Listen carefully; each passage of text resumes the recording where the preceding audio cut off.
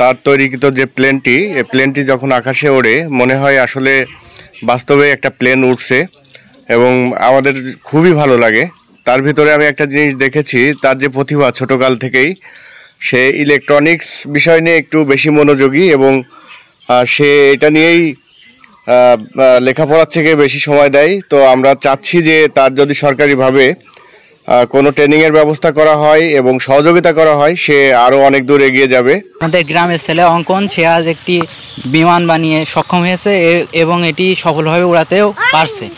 এটা আমাদের জন্য অনেক আনন্দের, আর সে যেন ভবিষ্যতে দেশের মঙ্গলের জন্য আরও ভালো কিছু করতে পারবে, এটাই আমাদের কামনা। অঙ্কন ভাইয়া যখন প্লেন উড়ায় আকাশে তখন সত্যি প্লেনের মতন লাগে। আমরা প্রতিদিন অঙ্কন ভাইয়ের সাথে এসে প্লেন দেখি উড়ানো। আমি যখন মাঠে কাজ করি তখন দেখি উপরে একটা প্লেন উঠছে। প্লেন কোথার থেকে আসলো কিনা, আবার হয়তো এমনি আসে, দেখা যায় প্লেনে তো লোক থাকে না পাশ।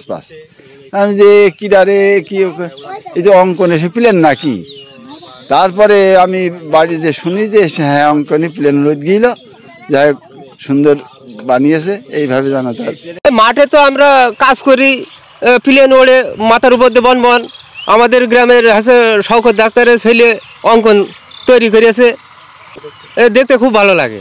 ও এত সুন্দর ওর যে মাথা আল্লাহ বেরেন দিয়ে আসলে জিনিসটা উড়ে বেড়ায়, রাত্রি চলে বেড়ায়, আলো দেয়, দিনেও চলে, মাঠে ঘাটে চালায়।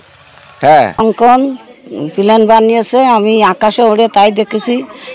সত্যি প্লেনের মতন বানিয়েছে, আমি খুব খুশি, আনন্দ।